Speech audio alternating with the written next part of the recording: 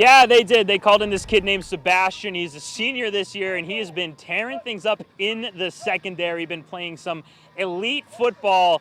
The Hilltoppers needed it too. They started off their season a little bit weak, but finished really strong. We're going to pull up the bracket here. This is for Division One. You see that Hartford, they're the 1 seed. They're taking on BFA St. Albans down in White River Junction. The 4-5 game, that's where we are tonight. This is St. Johnsbury. They're taking on last year's Division One runner-up Middlebury. On the other side of the bracket, Burton Academy grabbing the 2 seed. They're taking on Brattleboro for the second week in a row. And then CVU, last year's champion, they're the 3 seed, and they're hosting the struggling Essex Hornets. I want to bring in here now a guy who knows just about everything Vermont sports. This is Rich Haskell. If you've been around Centennial Field watching the Lake Monsters, you'd recognize his voice as the PA guy. Rich, this is a Middlebury Tigers squad that's coming in underdogs a little bit, and that's a little bit of a surprise. So what do they have to do here to capture this game and move on to the second round? Well, it's funny because you talk about the top 3 teams, CVU, Burton, and Hartford, and what do? They pass, they pass, they pass. And when they don't pass, their quarterback has the ability to run the ball all the way down the field.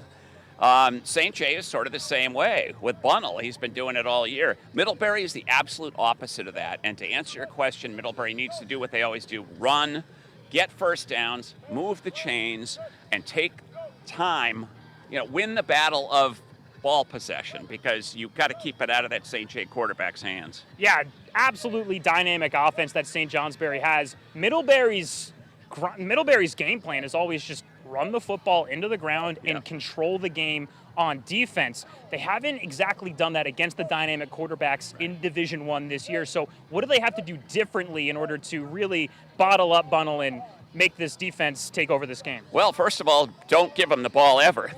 Really, I can't emphasize enough about time of possession as being important in this game. But to answer your question, I would say they're going to have to just have a rover somewhere, because I don't know where you get that extra rover, because that's probably going to leave somebody open. But you've got to keep your eye on Bunnell, or he'll just clobber you. You've obviously been watching Middlebury all year. St. Johnsbury comes in here. Now, what do you feel like is going to be your prediction for tonight's game? Well, I'd better say Middlebury, since I do all their games. I have no idea. It's so funny because tonight is all haves against have-nots. And you can already know. BBA is going to win. Hartford's probably going to win. CVU is going to win. This one, 2, 5, and 3 teams. I'll go Middlebury in a tight one. We're going to have the answers for you tonight at 11 p.m. on the NBC5 Sports Desk. Friday Night Fever continues then with Noah Sears and myself and Eric Kerr. But for now, Alice, Jack, we send it back to you.